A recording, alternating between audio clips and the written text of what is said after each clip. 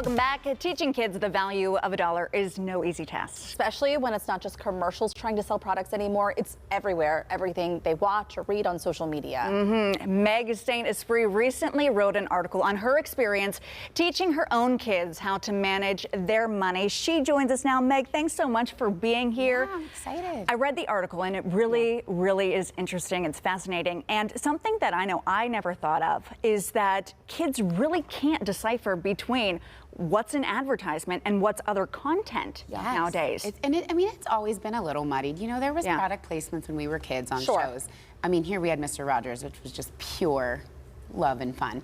But today, every YouTuber is selling something, and kids, they don't understand that they have an affiliate link or that they get money for everything they sell. And so they just think that they need what other people have. And even if they don't have YouTube, they're hearing it from their friends, you know. And I know that you do a lot. When you're writing these articles, you really have conversations with your kids, too, to involve them in this. So did you show them any of these and say, like, do you know that this is an ad? Or how did you approach this with them? Yeah, it's kind of an ongoing conversation. We do. Like, there was something this week that my son asked for, and he was saying it was super ultra rare, and, you know, he needed it for XYZ reason. I don't remember what it is now. Yeah. And I was like, is it rare? Let's look and see if it's in stock online. Oh, there's 400 of them in stock. Let's talk about why they want you to think it's super rare. Ooh. And, you know, and so do you have money now for it? You don't? Okay. Well, you know, you've been cutting the neighbor's grass, so you would have money in 2 grass cuttings, you know. And I'm awful with money, and so I think that the more that I just kind of talk out loud and think out loud with them, I'm hoping it kind of sinks in, you know? Yeah. I mean, and you talk about in your article that you kind of have allowed your kids to have access to their own money and do some spending on their own. What has that been like? What's that adjustment been like? Yeah, I mean, you cringe because you know they're wasting their money on something stupid. But, and not all of their money. I did talk about that in the article. But yeah, a portion of it, you know, give some, save some, spend some. But if they get fun money from an aunt or from doing chores or whatever, and they want to go take it and blow it all at the farmer's market, we let them. And sometimes they are like, oh, I spent all my money yesterday and now I can't do something today. And we're like, that sucks. Yeah. You know, and sometimes we're like, well, this is a once in a lifetime, you know, your friend asked you to go somewhere, and we help. We're not like super hard line, but just trying to help them think through, you only have so much money.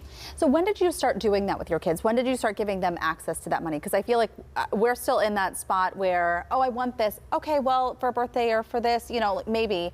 Yeah. But I still feel like they're coming to us for all of that. So when did you make that switch? Yeah, well, and first of all, I want to say, I don't know that we talked with money about our kids as early as we should have. And that's one thing I really learned through doing this is I feel like as soon as my older 3, who are now twin 5th graders and a 7th grader, were able to kind of walk around town. We live in Bellevue, so they can, there's probably different than where you live, they can go to ice cream or whatever with their friends. So I think it kind of came up suddenly that we had to kind of figure out how to manage this money that they had. So really, I would say like in 4th and 6th grade is when we started to, you know, they got a kid debit card, we put a certain amount on it. They had to understand when it was gone, you know, if there's taxes, whatever, like they need to think about that. Right. Or it's gonna bounce. I was gonna say, kid debit card. I mean, growing up, we never had anything like that. What's that all about? So it's actually really great, and a lot of places are cashless. We have Kennywood and Sandcastle passes, they're cashless. Right. So we can't just give them a 20 and say, go off with your friends and meet us here in an hour. There's a couple, so there's Venmo teen cards, there's Go Henry, Greenlight. On it, it's like a reloadable gift card that we do from our phones. Oh. And then you can, Yeah, and so I can add their money, and then if they lose the card, I can just shut it off from my phone. Like there's no risk of someone finding it and using it. I see. Well, and I think that that's the hardest thing about teaching kids about money, at least in my eyes, because when we were growing up, we had physical cash. Right. So you knew that this was $5 bill and that was 5 ones. And so you can see this, but we are in an era and an age where these kids are growing up in a cashless society.